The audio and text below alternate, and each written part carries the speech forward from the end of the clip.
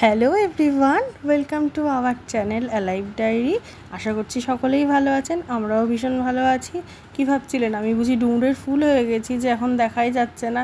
না না, ডুমুরের ফুল টুল কিচ্ছু হয়নি। চলুন আজকে ঝটপট রাধাবল্লভীটা বানিয়ে ফেলি। আশা করছি এটা ভীষণ ভালো লাগবে। তার জন্য প্রথমে বিউলির ডাল নিয়েছি 100 গ্রাম মতো, সেটাকে 3-4 ঘন্টা ভিজিয়ে রাখার পরে সুন্দর করে একটু পেস্ট করে নিতে হবে। এবার বাকি যে উপকরণ তার মধ্যে 1.5 চামচ আদা বাটা, 1 চামচ লঙ্কা বাটা, হিং, জোয়ান, কালো জিরে, লবণ, হলুদ এইসব নিয়েছি।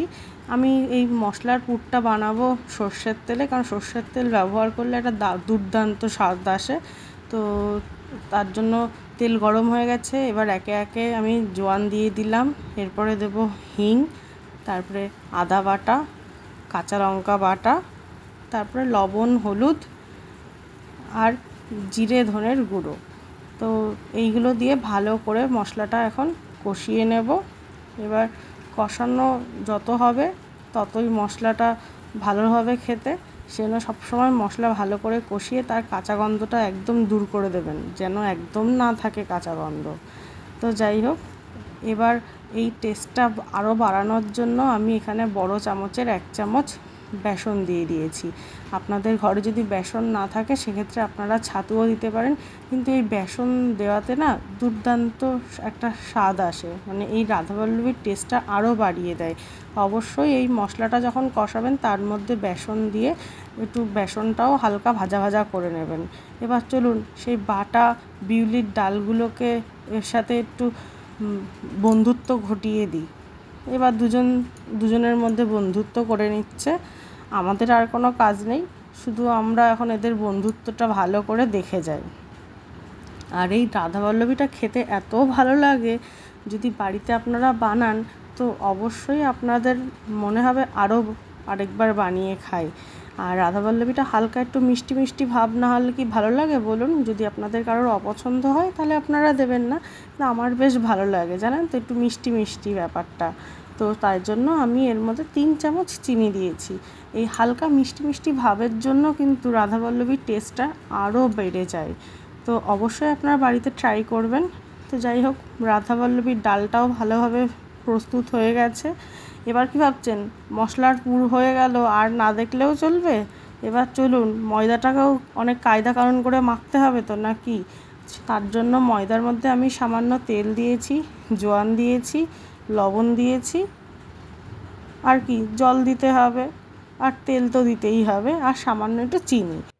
তেল ছাড়া তো কিছুই ভালোভাবে হয় না, তো সেই জন্য ময়দাতে তেলটা কিন্তু অবশ্যই দেবেন। এবার আপনি ভাবুন, আপনি পাকিস্তানের সাথে যুদ্ধ করতে নেমেছেন, যত রাগ পাকিস্তানের ওপরে আছে সেই সব রাগ ময়দার ওপরে ঢেলে দিন, কেউ কিচ্ছু বলতে আসবে না। যাই হোক, দেখবেন যত ময়দাটাকে মাখবেন তত লুচিগুলোও খুব সুন্দর হবে। এবার আমি ভালো করে ময়দাটাকে পিটিয়ে দোলে চটকে মেখে নিয়েছি। এবার সেট হওয়ার অপেক্ষা, সেজন্য হাতে সাদা তেল দিয়ে ময়দাটাকে একটু রেস্ট করার জন্য রেখে দিয়েছি। অনেক ধোলাই দিয়েছি তো ওই জন্য। আমাদের রাধাবল্লভীর পুরটা কত সুন্দর হয়েছে সেটাকে দেখতে হবে, তো না দেখলে কি করে হবে। দেখুন তো কি সুন্দর রাধার গায়ের রং ফুটেছে। আচ্ছা, এবার কিভাবে পুরটা ভরতে হয় সেটাও দেখে নেবেন চলুন। ময়দার ডো থেকে একটু লেচি কেটে নিয়ে সেই লেচিটাকে হাতের সাহায্যে একটু গোল বাটির শেপ দিয়ে নেব। তার মধ্যে পরিমাণ মতো রাধাবল্লভীর পুরটা দিয়ে সুন্দর করে চারিদিক দিয়ে মুখটা বন্ধ করে দেবো, এবং যে এক্সেস ময়দাটা থাকবে সেটাকে এরকম ছিঁড়ে একটা সাইডে রেখে দেবো। এবার তাহলে কী হবে, ময়দার এই পুরটা একদম টাইট হয়ে থাকবে, এবং যখন আপনি কচুরিগুলো বেলবেন তখন কিন্তু এই পুরগুলো বেরিয়ে আসবে না, আর তেলটা নষ্ট হয়ে যাবে না।